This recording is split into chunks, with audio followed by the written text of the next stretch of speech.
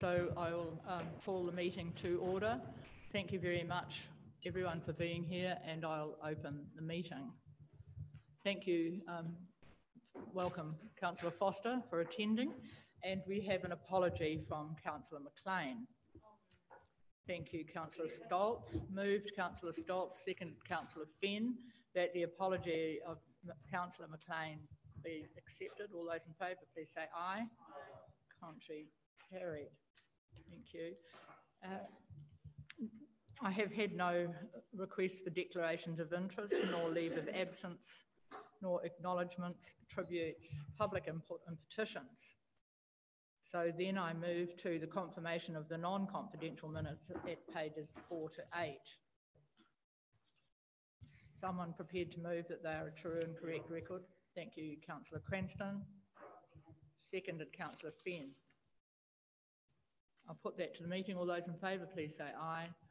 Contrary, carried. Are there any matters arising from those minutes? No? Yes. Thank you, Councillor Fenn. Thank you, Madam Chair.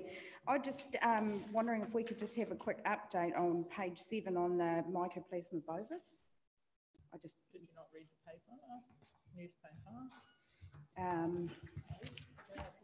No, of course we can. I would love an update, thank you. It has Madam been Chair? mentioned in the paper, in the newspaper. Yes, could I? Mr. Salmon, have a can you give an update? There is no progress. There are two. Through you, Madam Chair, thank you, Councillor Fenn. I don't have an update in terms of what's gone on since the Can we have last, an update on the paper update. then, please? Unfortunately, I've missed that. So what did the paper say? Oh, yes, absolutely. And I think the Gisborne Herald wrote something about it not that long ago. Thank you. I'd just like to ask a question on page 7 with respect to the name of the animals escaped us, the fanworm, and of the first bullet point under the paragraph, the second bullet point on the page, Council's trying to understand whether the vessel brought them into Gisborne or whether it was infected from waters in the port. Do we have any update on that, please, Mr. Zanham? Thank you, Madam Chair. I will have to check and come back to you on both those. I don't believe there is an update. Anything has changed in terms of the Mycoplasma bovis, and I'll have to come back to you for an update on the fanworm. We should know, if we know, whether it's come in on the vessel or has been acquired in the water. How long I believe pursue that? I believe it has actually come through with the vessel, but I do need to check. Thank you so much. Anything further from the minutes?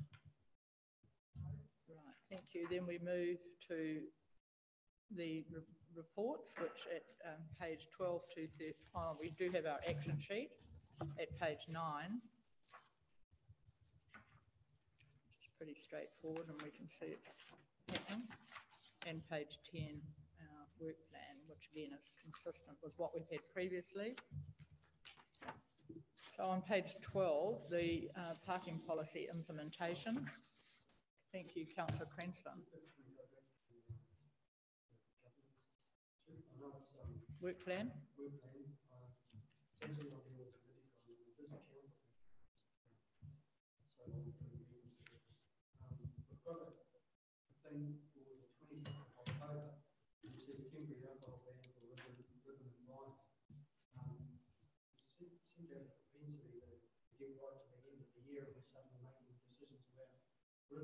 What's the decision we've got to make here? Is that timely enough for when Rhythm and Wines happens each year? Mr. Kumar,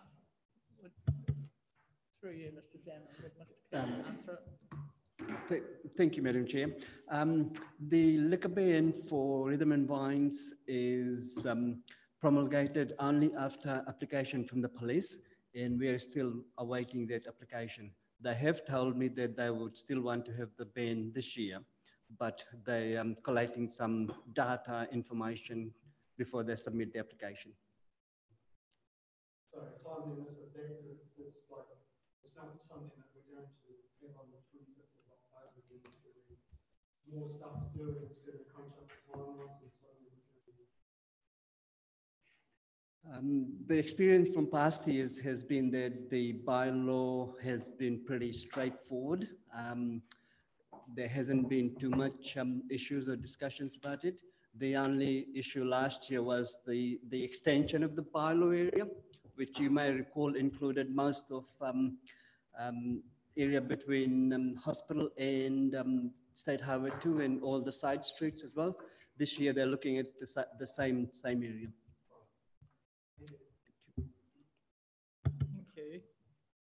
Thank you.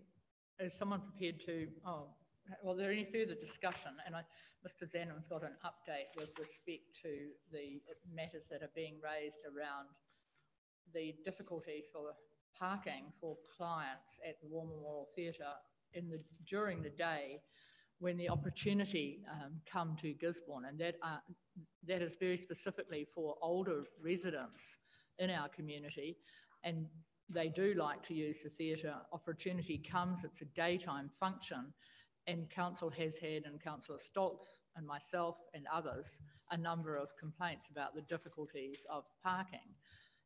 So consistent with this parking policy, council officers have had a discussion, and it could be contained within the policy, and this needs to be recommended to council. Relates to page 24 of the document. It would be possible for this committee, consistent with all of the rest of the data that is in the report, to ask council officers, in line with the parking policy 4C, which is there on page 24, to allow for limited parking on weekdays for the occasions of the opportunity shows, and publicly notify those occasions and consistently with the bylaw. So does anyone want to ask questions or speak to that? I would love to speak to that. Like Councillor Seymour, I've been approached several times now, and we've had to and fro's trying to find a solution forward. So if we can, without making any big changes, accommodate those days, that we would then reserve that area, cordon it off, and the opportunity users would be able to park there. Because at this stage, what happens is that it fills up with city workers in the morning, because usually shows at the Memorial Theatre are in the afternoons or evenings. So then some residents that attend the opportunity struggle to find a park close by. So if we can accommodate that. I have one question though, I should ask my question. When we discussed it earlier, there was some mention about maybe a small cost. Can you just elaborate? I think in one email conversation we had, you did say that there might be a small cost involved, because obviously there's a bit of work involved to cordon off an area. So if you can maybe just elaborate on that, that would be lovely. Thank you. Thank you, through Madam Chair. I take it we're into the parking policy paper now. We've shifted gears now. So sorry, so just before I answer those questions, I just wanted to actually, if you're happy to do that, I just want to set a little bit of background. I'll take the papers read, but just in terms of where we are. So earlier, EP&R committee considered the parking policy, the report to the committee in terms of recommendation of putting forward to council adoption of the parking policy. At that meeting in March, it was recommended that a report be brought back to this committee, which is what this report represents now. And the reason for that was in relation to the amount of money that had been set aside in the LTP for replacement of parking meters had been put in the out years of the LTP. That has been, and because of that, we weren't able to align the schedules of the parking policy with the paper. So staff have brought back a paper to you saying how it would be amended, and that there's some notes there for council. So before I jump into the War Memorial Theatre thing, are staff happy with the parking policy paper as presented, or are there any questions around that before? And then I will answer the other questions. Yeah. Councillor Stoltz, and then Councillor. It says there it was just a practical question when I read it. It says 1 metre will replace 50 meters at this stage. And I was wondering, you know, when you hop out of your car and you look for a meter 10 or 15 meters away, does this mean we will have 5 meters spread across the CBD and you need to trek to get to a meter, or will it be automatically tagging your area where you park? Because that sounded to me like there might be trekking involved. Thank you. Thank you. Through Madam Chair, what it was flagging is that our stock is very old, and so in terms of replacement, we have got some money set aside for 10 to 11K per year for maintenance and upgrade. So what that is saying is that when some of those meters we can replace temporarily with a stick meters, which are much more reliable. This is where, so that we continue to have this, and then we would look at further down the line at replacing that with newer, smarter meters as and when money comes in. So it's just where we can't find parts to fix things, it's looking at those much cheaper alternatives for the time being, until such time that we might want to reconsider all of this for the next LTP. So to be very clear. Just supplementary, my question was, when we get to the smart metering is what I'm after, and it says there, 1 smart meter will replace 50 old ones. Just practically, I'm thinking at this stage, you hop out of your car and there is a meter, maybe 10 or 15 meters from where you are. If we replace those with 1 meter replace 50, does that mean people need to trek or walk quite a distance to get to the new smart meters because there's only one in a parking block? That's what I'm trying to ask. Page 16, item 21, the last bullet point is what Councillor Stoltz is referring to. Page 16, bullet point Yes. of item 21 and the very last bullet point. Yes. So it says there the landscape yes. would look better because there will be less. I was just wondering practically, is there only going to be 1 smart meter per city block? Thank you, Councillor Stoltz.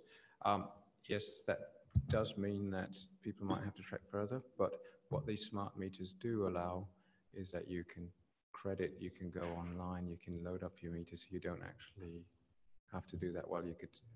Well, yes, I think it does mean that. Yes, you would have to, because you'd have to go to the meter, but no. I don't, but I mean, this is not for a decision until some. So it could, oh sure, but I'm thinking that there will be some further discussion around that and exactly what is going to be put in place. Councillor Foster and then Councillor Fenn and then over to Councillor Dunn.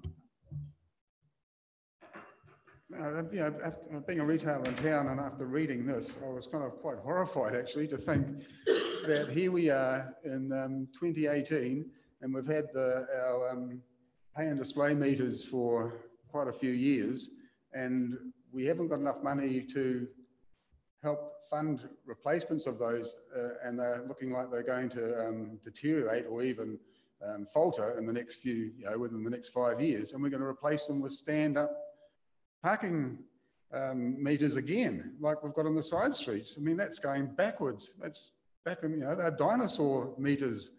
Why would you want to clutter up your main street with stand-up meters when we've been having pay and display for so long? And because I know we've got some financial issues to contend with, but at the end of the day, if we invest in modern technology, we're going to actually probably end up having a better income with a better scope of smart meters, people using their cards, more people paying. So I've really struggled to find why we'd want to support even the remote possibility of having stand-up meters put back in our main street. It's absolutely bizarre. I think I might respond to that. And I recognise that you're not a member of the committee and you do come fairly often. It is a decision that has already been made because of the impact that it would have been on the rates for the next early stages of this LTP. So I think it is generally well understood that the introduction of smart meters had to be put back, and at paragraph 20, again on page 16, it makes it clear what the cost was. So the decision has already been made not to proceed.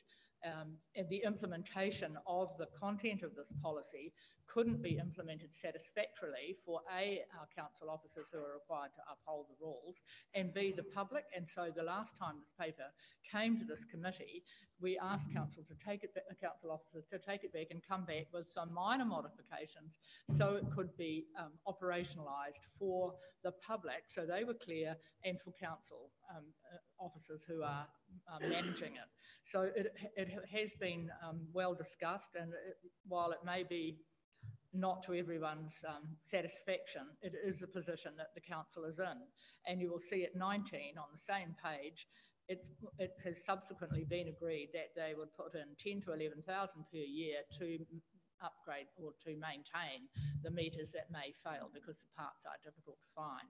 And then at a later date in 2018 to 2028, there would be such further consideration about the upgrade. So I'm sorry, as a retailer, Councillor Foster, you're going to see individual standalone meters, or otherwise our ratepayers would be paying an excessive amount, which was a collective decision of this council not to do.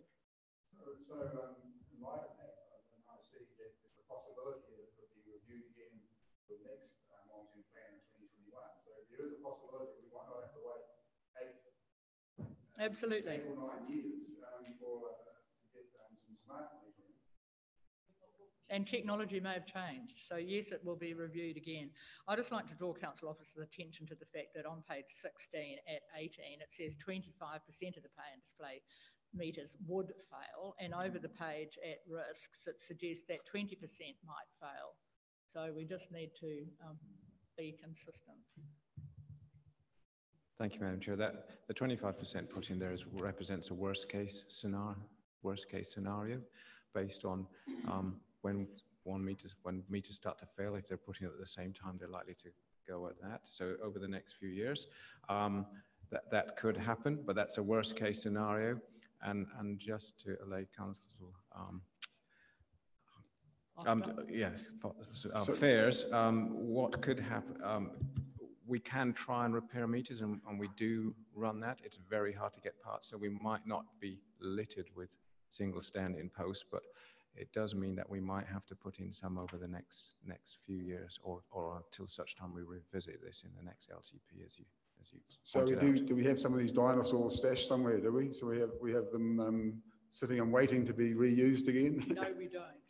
We have to get them from other councils who have demolished all their. Yeah, right. So they are available around the country.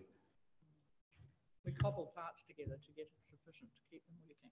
Councillor Fenn. Thank you. In the changes, I just need some clarification. One of the changes that's on page 22, and it refers to it on page 29, is the temporary trades parking. Can you just walk me through what that would look like? I just don't understand it and need some more information about what you're proposing here. For example, if you had a plumber that needs to go and fix a toilet at somebody's business, how do they get this temporary parking permit? How does this work? It does say in the box, in the third column under policy and red. Yeah, I did see that, but I just, Nick, can you have further clarification on that, please? Thank you, through you, Madam Chair.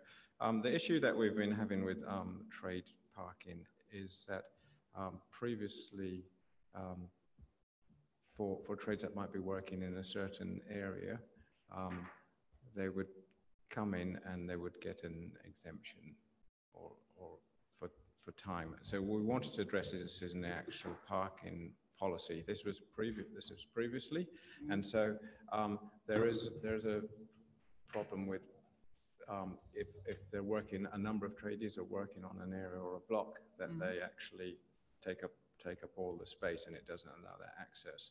So in line with other people who have to pay as well, it might be that for where there isn't free parking suitably available, that they could buy, say, for a week or for a certain amount of time if they need to work there the next couple of days. But what the policy allows for is pre-purchase of an area for that, but there is actually payment for the So spaces. pre-purchase of it, if they know that they're going to need to go and do this Yep. work, a lot of tradies don't know, Well, can't, How it works is that they know what's going to happen for the week, usually, and they come in at the start of the week. my husband's a tradie yeah. and he doesn't know for the week what he's doing. He knows the night before Yeah. in some instances with emergencies. I'm just wondering how that's going to work. So I can't answer the specific details of that, but for certain areas in town where there's a job going on and they know that they're going to be at that job for a particular time,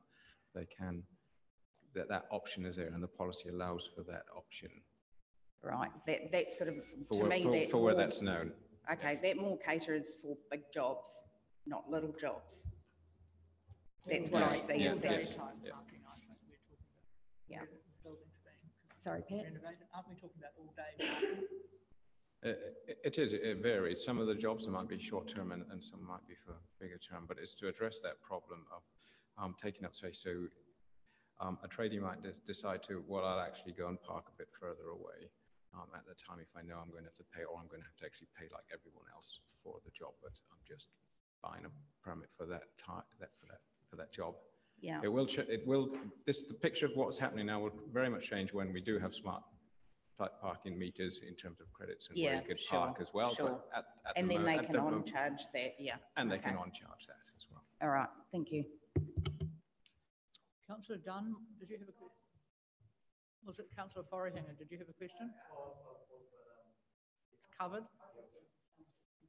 Councillor Cranston, did you have a further question on that? No. Is there any further questions around that? Paper, the recommendations are on page 12. And it is a new appendix and it is a recommendation to council. And are you happy with the suggested inclusion of a comment with respect to the issues around the car park in Bright Street?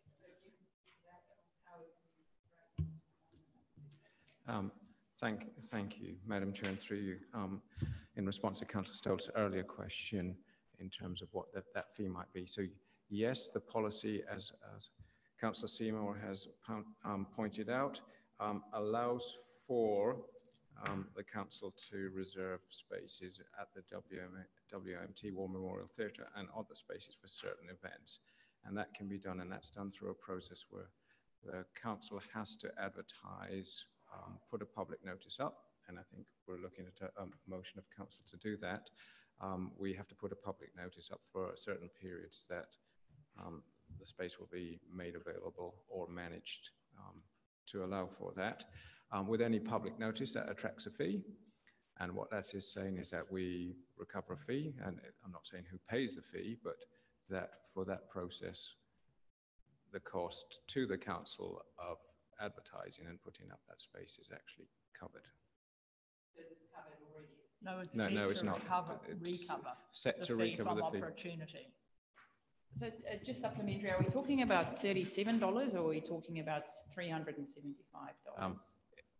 It's usually in terms of a public notice and advertising, it's usually in order of $300 or a couple of $100. But this is the same as we charge any other customer. We're just looking to recoup the fees for the advertising. I'm not making comment who might pick up the tab for that, but there is a cost recovery element to it. I can support that if we are just charging what it costs to advertise. We just don't want it to be a crippling fee that in the end.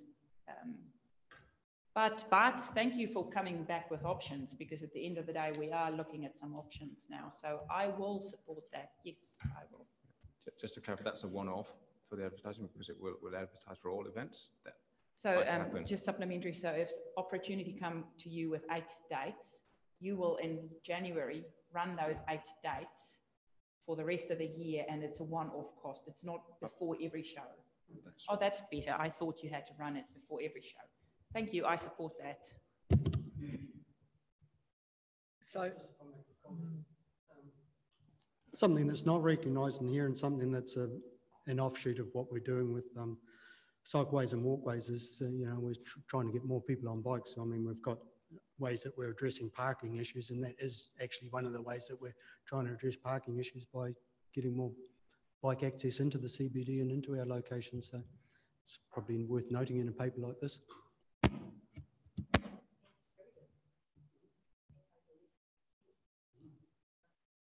Do you wish to comment on that, Mr. Salmon?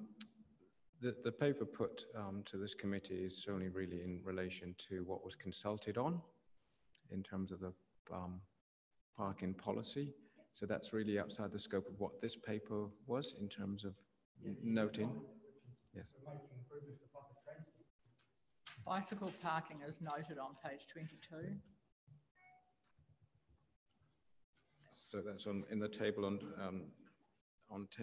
page 22 or number 5 at the top, just above boat trailer parking. There's a section on bicycles that actually notes that. So, can I seek some clarity from you, Mr. Zannon, whether you wish us to actually put that new recommendation with respect to the parking policy at the Bright Street car park into the recommendations to council? Would you like that to happen? Does that become C? It can be done while the parking policy is being considered. It'd be quite good to just wrap that all up, but this committee actually has delegated authority to do that, so that doesn't have to go to a recommendation of council. So you could instruct staff in that recommendation now as well. Yeah, or you could put. Yes, this committee has this committee has delegation to do that. I just want to be sure that we've got committee support for it. So it'll need to stand alone if it's going to go on the action sheet, or it becomes an additional recommendation on page 12. So if it's to go on the action sheet, then council will, the EP&R committee will need to resolve to instruct council officers to allow for limited parking in line with the parking policy 4C on weekdays, and it should be during the day, for the occasion of the opportunity events, and publicly notify those occasions as per the bylaw.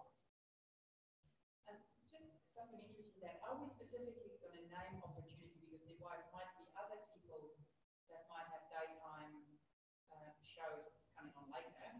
I was just wondering if we should be more general in that regard, that we include all groups. We won't have the dates unless they've advised us, and we do need to still respect the people that use that as a park for their working day. So it is a fine line to tread. But we could add something in later on if we need to. I think at the minute that's the issue. I hear what you're saying. And we do need to remember that partly it is because our clientele for the opportunity are our older citizens for whom walking a distance is difficult, whereas possibly other shows are for our public at large who can walk. So that's really where the issue has arisen. So have we got that? Sorry, I'll just clarify. This has been made through the bylaw. It's in line with the policy, and the policy says states for shorter duration activities such as shopping, entertainment, personal or business visits. So this is specifically related to opportunity that staff will be instructed to actually do and go through a public notification process. I'll move that. Is there a seconder? Thank you, Councillor Stoltz. So that's a standalone recommendation, and then we'll do the recommendation for the whole paper. I'll put that to the meeting. Councillor Dunn. Query on what we just heard there. Is it absolutely compulsory that we have to go to the newspaper with notices for these types of things? Why is it not okay just to have it on the council website? In terms of costs associated with such a basic thing, can we not just have a notice? And could we change the policy to make it easier?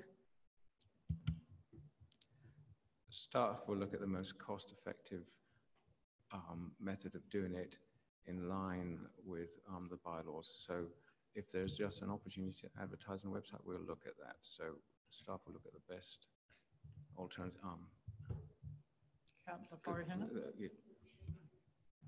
Yeah, just in support of what Councillor Dunn was saying, also around practicalities of those people that currently use that park, it might make more sense around having something on the website and then something at that park rather than having to go to the printed news media. Thank you. Okay, so I'll just put that recommendation, that all those in favour, it's been moved by myself and seconded Councillor Stoltz. All those in favour, please say aye. Contrary, carried. Thank you. And then we move back to page 12, where the recommendations are with respect to the amended paper that's in front of us. Is there someone prepared to move that, or are there any further questions? Councillor Dunn?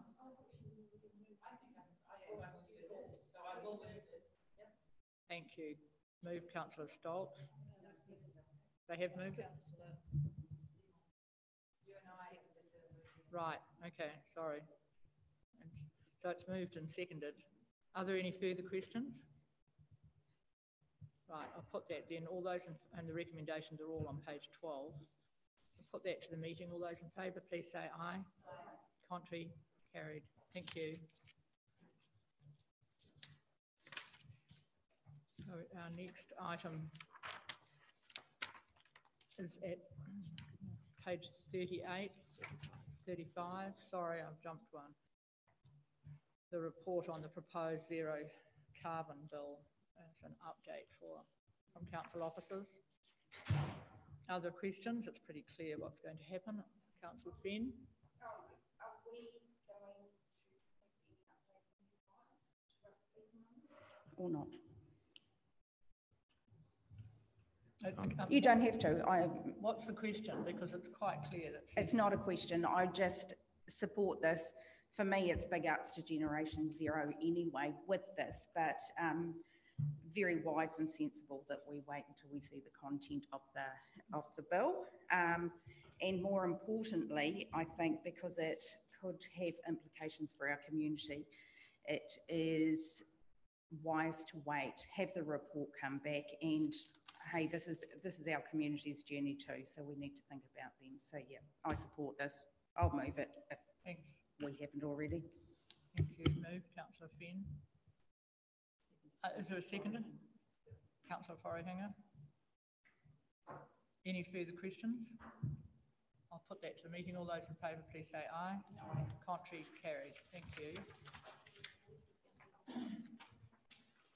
Now, page 38, new technologies for the Food Act compliance monitoring. Mr. Kumar. Thank you, Madam Chair. I would like to start with saying that I have got some very excited and happy staff at the moment who are doing food work. This has made their lives so much easier. And basically the project came about because of the onerous requirement by MPR for reporting. What we had in the past was pretty straightforward. We used to have a checklist and where you go cross tick, and that was basically it. Another new regime, there is a lot of writing. So while you're in the field, in the shop, you're doing your verification, there's crates of paper just handwritten. And then we come back to the office, type it, scan it, email it. And then the reporting part, we have to report to MPR portal, and that's one by one. Each premises, it was just so onerous and time-consuming and paper-based. So we decided to do something about it. We looked at other councils, what they were doing, and there are some councils who have got Datacom as the supplier for this software.